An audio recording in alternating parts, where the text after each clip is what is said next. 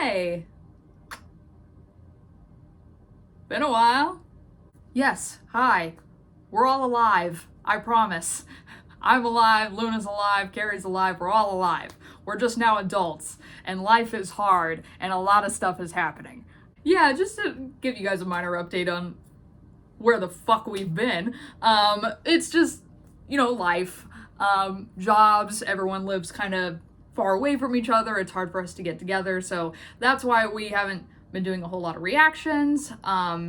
Me personally, like, I've been watching stuff, but I haven't really been watching anything for me to, I feel like is necessary for me to give my opinion on or anything, so that's why there haven't been any video essays or anything like that. Also, general life stuff, jobs.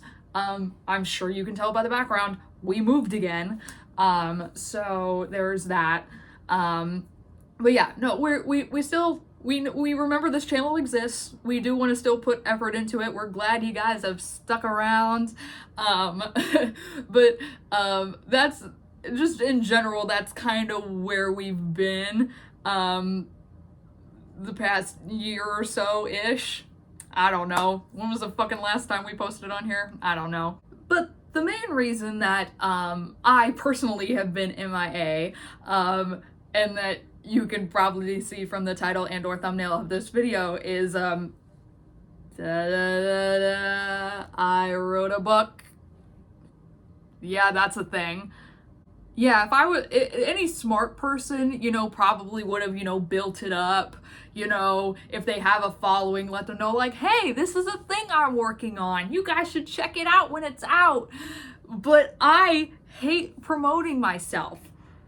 And that's why I failed as an actor. That's probably why I'm gonna fail as an author. But, hard launching my book.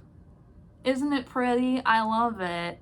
So basically, early last year, so 2024, time, basically around February, March of last year, I started getting a story idea in my head, and I write fan fiction on AO3 and stuff, so it was mostly that was my comfortability, and I was like, oh, this would be a good fan fiction idea, but I couldn't think of what pairing I'd want to write for, or what show. I couldn't really match it with anything. The concept, it was the concept I'd came up with, and I'm like, what if I just made my own characters and my own story and my own world and try to make that? Is that something I can do? I don't know, but I at least started it.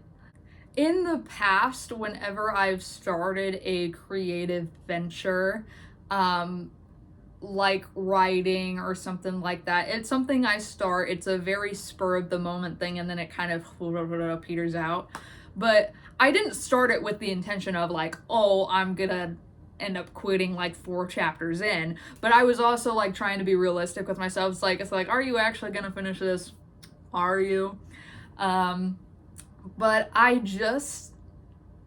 came up with the basics of it. Like I said, I had the concept, I had the premise, I came up with the character names, which is one of the hardest parts of making a story, and then I had certain scenes I'd come up with, and I'm like, okay, I have these scenes I want to hit. Now I just got to figure out how to get from point A to point B to point C to point D. And I will tell you right now, I am a heathenistic author. I didn't have an outline. I didn't really have a plan. I just wrote as I felt it. And I'm like, this is how I feel the story's gonna go, so this is where we're going. I always hated doing outlines in high school and middle school for any short stories or anything or essays. I hate outlines. I hate it. And I'm like, why can't I just do what I feel, and then I could make edits after that? And that's what I did, because fuck you, that's why. Sorry, I'm very passionate about my hate for outlines.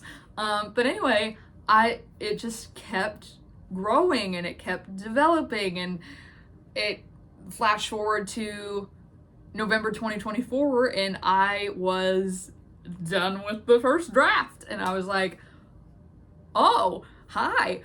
And then I did try to submit it to an indie publisher. They didn't want it, which is fine. That first draft probably wasn't the best. But just kind of steamrolling it. It's basically like I did edit upon edit upon edit upon edit to make sure it was good, actually good. My friend Rachel, who's been on the channel a couple times, she designed the cover, which is great. And then fast forward,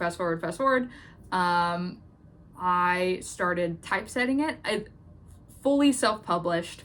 I'm not with a publisher or anything, so I used Readsy.com, which is a great free service where you can put it in there, you can get your whole book typeset, it can do like a copyright page for you and everything, and I'll show that in a second.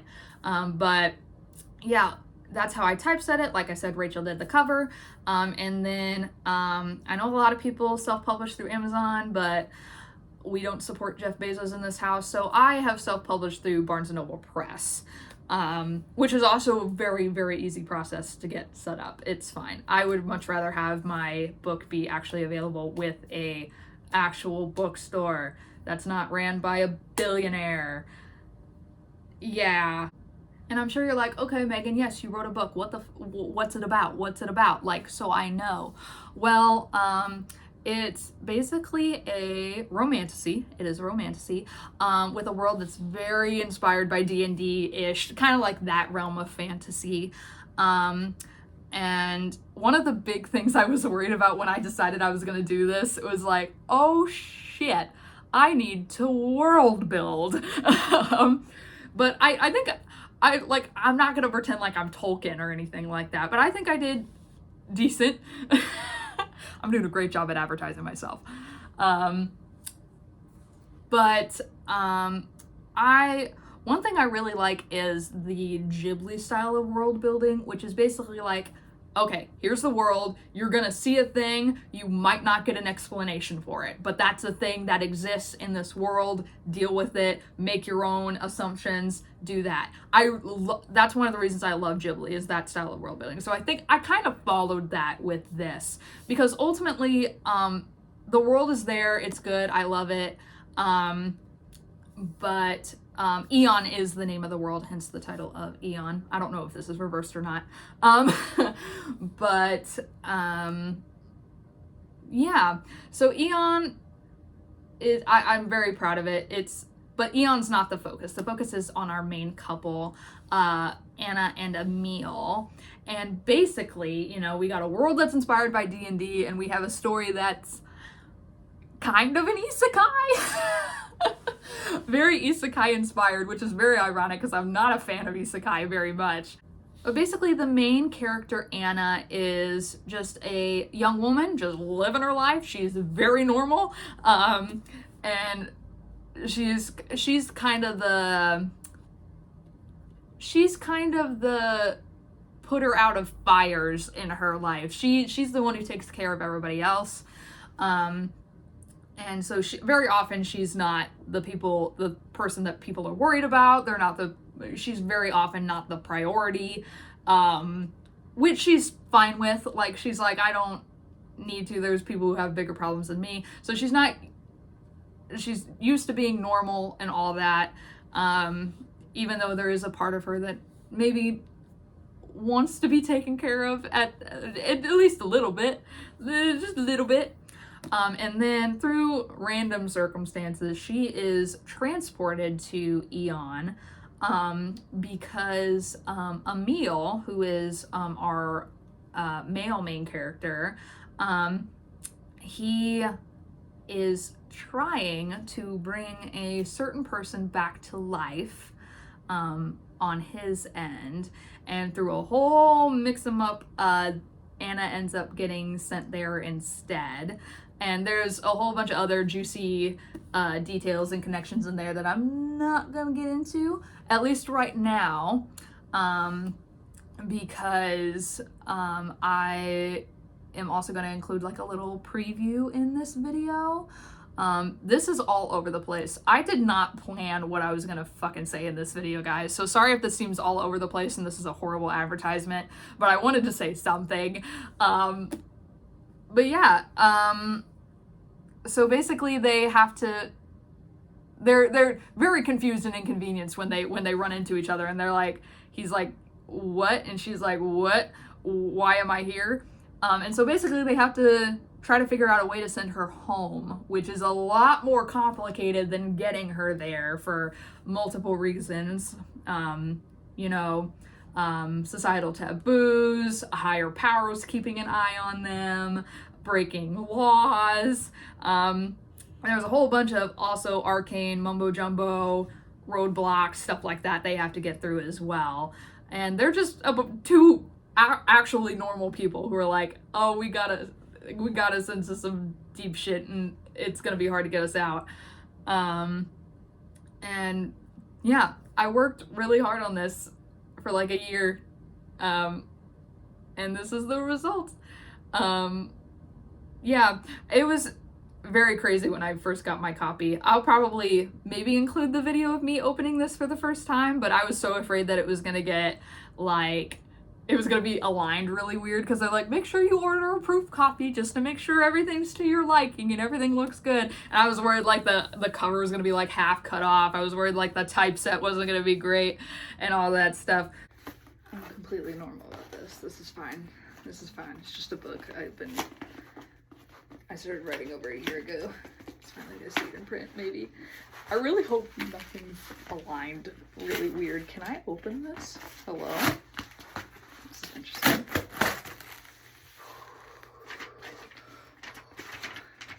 Why am I so nervous? I'm so scared to open this right now.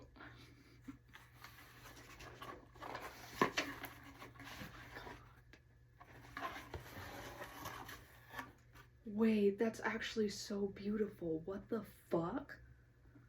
That looks even better than the picture. Back looks great. What the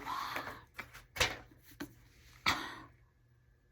But as you can see, it turned out very, very good. Rachel did such a good job on the cover.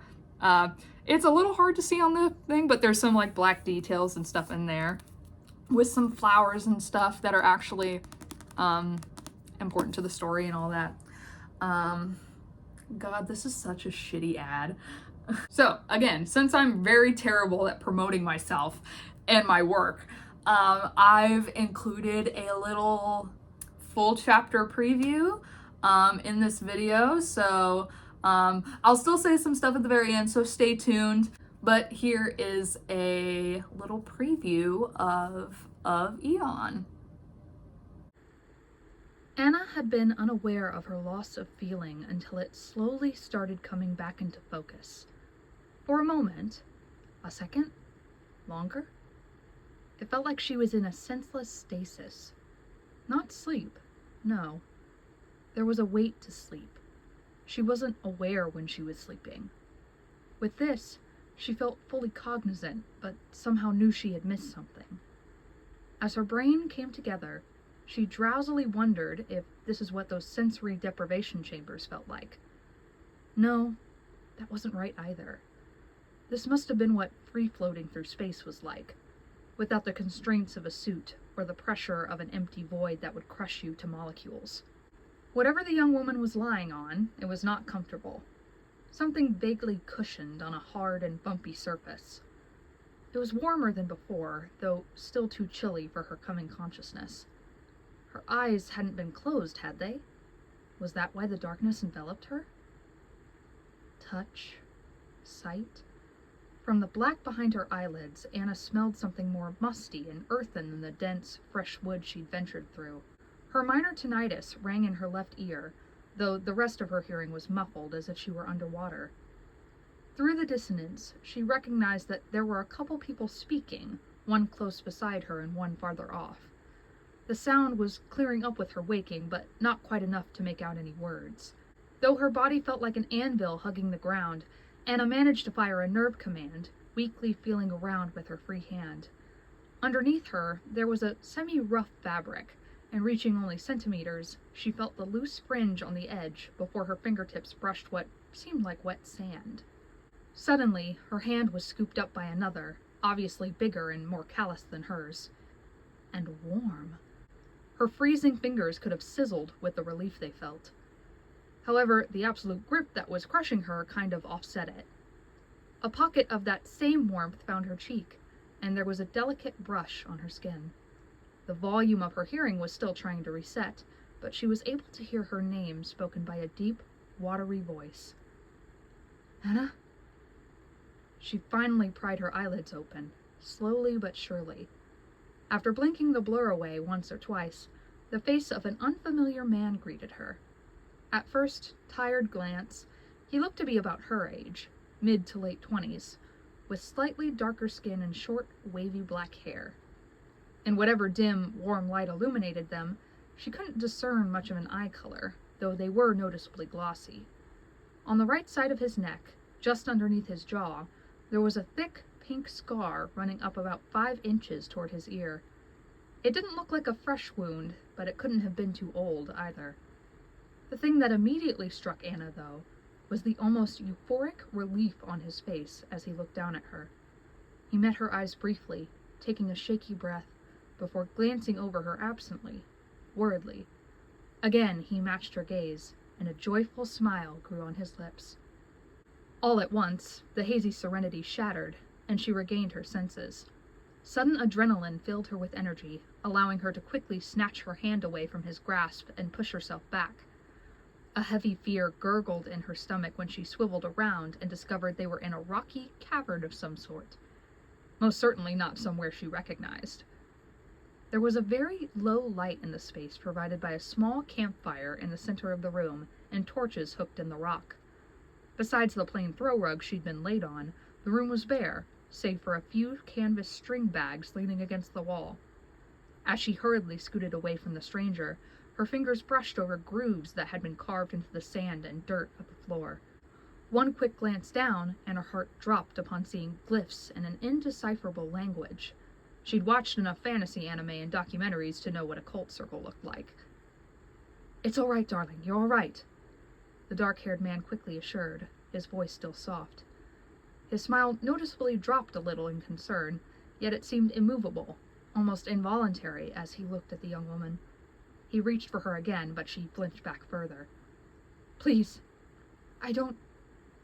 Anna raised her shaking hands in weak defense as she kept her wide eyes locked on him. Her voice cracked with anxiety, wanting to say something, but not sure what it was or if it was even a good idea. Shit. What was she gonna do? This guy had obviously knocked her out in the woods and taken her to who knows where to... God. Fuck. She wished she'd never made fun of Abby for her hypervigilance, or ignored her dad's random self-defense lessons at the table. She should have just stayed put for Jonah and Kay to find her. She never thought... Her, of all people. Fuck! Her companion's smile faded, his worry now laced with confusion. To Anna's microscopic relief, he pulled his hands back and raised them non-threateningly in return. She could see his eyes roaming her face, trying to detect something. His next word sounded small and fractured. "Love? It's me."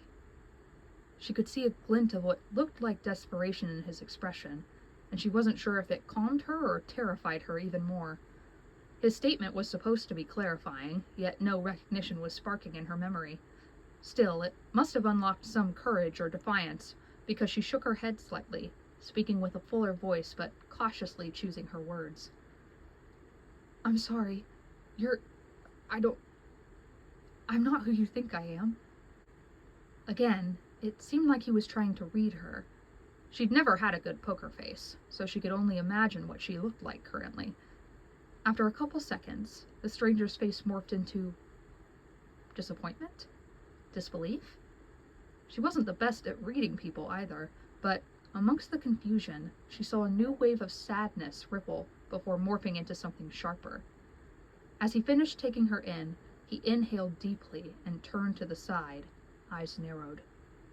"What did you do?" "I only did what you asked of me." Anna followed the man's line of sight to the opposite side of the room. In her previous panic, she hadn't clocked the second figure that was lingering in the edge shadows of the chamber. As they spoke in a lower-pitched, craggy voice, they took a step toward the fire. It appeared to be an elderly woman, well up in her years, whose face was like Bernadette Peters if she was the grandma from Coco.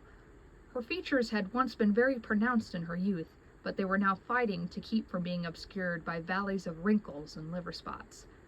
She wore unassuming, warm-colored robes that were on the cusp of being tattered, and on her left side she leaned on a well-made wooden cane, whose head seemed carved to resemble something, though Anna couldn't tell what it was from a distance. Additionally, the old woman's hands were adorned with all manner of rings and bracelets, some of fancy metal and others of mere twine and fabric. "The price was supposed to come from me," the man snapped. His tone had completely shifted from when he spoke to Anna. "It has, and it will. She doesn't recognize me. She is how I found her," the old woman retorted. Her voice held an unwavering, relaxed cadence as she explained. "You came to me with quite the request, and I did my best with the resources at my disposal." Anna was glancing nervously between the two of them, the tension only rising in her from their disagreement. She was frozen once more, too afraid to move and too flustered to know what else to do. However, at the elder's words, she shakily interrupted. "Please, just let me go. There's been a misunderstanding. I promise I won't say anything. Just please, let me go." For the first time, the other woman swiveled her attention. Anna flinched and gasped when she was met with watery, pitch-black eyes. They'd looked completely normal when they were focused elsewhere. The elder's voice still came out warped, but nonchalant. "You are free to go where you wish here, dear girl. I must admit it was a fortunate circumstance that allowed me to pull you across. A person of any lesser talent would not have been able to take advantage." A wispy, fleeting memory emerged from the recesses of her mind, and Anna suddenly recalled that very same voice calling out to her in the never-ending darkness of the woods. Her blood ran even colder at the implications. She had to be drugged. How or with what, she didn't know, but it would explain her foggy memory and freaky hallucinations. Another disturbing discovery was that she wasn't in her work clothes anymore, but a simple, long-sleeved white nightgown. Again, very culty. There was still so much missing, though. How the hell did she get here? Where was here? The robed woman turned back to the man, who only looked to be growing more frustrated and bewildered at the situation. She loudly tapped her cane against the rock floor, and it echoed throughout the cavern.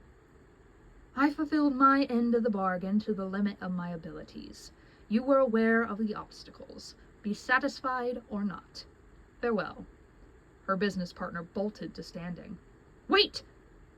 She did not. In fact, as the beldam whipped her cane up and around, a powerful wind followed it, and as it passed, she disintegrated to dust and was swept away. In a quick instant, she vanished.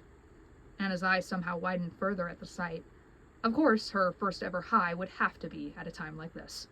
The young woman whipped his head around the chamber furiously, as if she would have gone through the trouble of teleporting just a few feet away. Seeing no sign of her, he growled loudly. "Dumana!" His voice, too, echoed between the rocks. Anna noticed that the sound faded more gradually to her right, past the campfire. The walls themselves were barely visible on that end, with all the torchlight focused on the circle where they were, but perhaps there was a tunnel over there, just beyond view. She glanced at the man not far from her. The old woman had brought her here, but it was at his request. Not to mention that he'd been acting very familiar with her when she was sure she hadn't seen him in her entire life. At least, he'd left no impact on her memory. Gaining a stalker had always been one of her paranoid fears, and it looked like it was becoming a terrifying reality. He's not happy. What's he going to do? What does he want? Should I try to fight him? Knock him out? Run? What if there isn't a tunnel? What if he catches me? What will he do then? What will he do? What will he do? What will he do? What should I do? Screw it. Her chances were low, regardless. She quickly heaved herself off of the floor, beginning to beeline for what she hoped was an exit. Unfortunately, the fabric of the dress she'd been put in got in the way, making her stumble the first few steps and slip on the loose sand. The complete lack of dexterity did not go unnoticed by her companion. He turned back to her in surprise, quickly closing the distance and grabbing her by the wrist before she could get into a proper run. "Hey! Let go!" Anna shrieked. As she pulled against his grip, she made a wild kick to his kneecap. While it wasn't a dead-on hit like she wanted, she landed a hard toe tap off to the side, causing his legs to buckle slightly as he let out a yelp. Still managing to keep his hold, he bit through the pain and managed to grab onto her other arm, swinging her to face him. Her body locked up in alarm, not having the strength to pull against it. A terrified whimper escaped. "Don't!" Whether it was her plea, the stricken expression on her face, or both, he paused. In fact, he sobered up the instant he took her in, his eyes still swirling with disbelief and a growing sadness. Exhaling heavily, he loosened his grip on her arms, keeping his hands placed there. Meeting her gaze once more, his voice was much softer and shaky as he sincerely assured her. "I'm sorry. I swear I would never dream of hurting you." Despite the situation, there was something that told Anna he was being truthful, at least in this instance. She could admit that she was a bit gullible in lighter situations, but she wasn't stupid. Still, he hadn't made any actual threats against her so far, and she had no clue of what the hell was happening. Best to play it by ear. From her best friend's engagement to her own kidnapping, she'd been on a roll. Anna gingerly pulled against his grip, and this time, he let her. Rather than run, she cautiously backed up a couple steps. The young man's eyes never left her face, and once again, his expression scrunched with desperation. "You really don't know who I am?" She frowned deeper, worried how her response would be received. Just to be sure, she took her own long look at him. Now that they were closer to the fire, she could see the amber glint of warm brown eyes. He was about a head taller than her, with a lean but solid build. His clothes almost gave her Princess Bride vibes with their simplicity.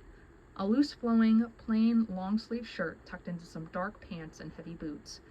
By his face and skin tone, he looked vaguely Greek or Mediterranean, best she could tell. While his features weren't necessarily chiseled, he wasn't plump either. Again, she took in the scar that followed underneath his right jawline, a unique mark that, by all accounts, should have called to her, if anything. Nothing came to her. She shook her head. "Sorry, I don't." The hopeful anticipation that had appeared in his posture deflated, though he tried to hide his disappointment. Glancing to the ground, he huffed shakily. "I see." Taking a brave, congested breath, she challenged, "How do you know me?" Still facing the floor, the man roughly rubbed one of his eyes before turning his gaze back up. Pursing his lips tightly, his next words sounded hesitant, anxious. "Do you at least know who you are? Your name?" She felt herself make a face. "It's Anna. You called me that when I woke up, so you obviously know." He had to have looked at her license. She crossed her arms close to her chest, trying to comfort herself through the simmering fear. "Where's my stuff?" His eyebrows somehow bent deeper in perplexity. "I didn't bring any of your things. Please, just..." The tears threatened to come back, and she fought to keep them at bay. She let frustration and bafflement take the reins, throwing her arms down again. "I don't know why I'm here or where here is. I don't know what you want, but please." "I know you're confused." Her companion reached for her hand, his fingers barely brushing hers before she sharply pulled away, eyeing him. He froze at the reaction, and the cacophony of conflicting emotions grew stronger in his dark irises. As he retreated, his assurance was much more reserved. "But I promise you're safe." They had a tense stare-off for a moment, him trying to push his sincerity through her walls of suspicion. After a moment, he closed his eyes and took a deep breath, preparing. Upon opening them, he spoke as certain as one could in such a circumstance. "My name is Emil. We're in the Alabaster Heights, and the reason we're here is because I made a deal with the witch Dumana for her to retrieve something precious I lost." He paused, and a soft wonder blurred with grief as he once again took all of her in. "I asked her to bring my wife back to me." Welcome back. Did you enjoy it? Did you just skip over that part to get to me again? Either is fine, I guess. I put a lot of work into that audiobook. But anyway, I really did hope you liked it. I hope that makes some of you maybe curious. Like I said, Of Eon is available for purchase only on barnesandnoble.com, and I will include a link in the description for you to buy it if you feel so inclined. In all honesty, I really did put a lot of effort into this. I'm not gonna claim I'm Suzanne Collins or Margaret Atwood or like any other great author, but I did put effort into it, and I do think it's good. And a lot of the other peeps on the channel have read it. They said it's very good, so hopefully they're not lying to me.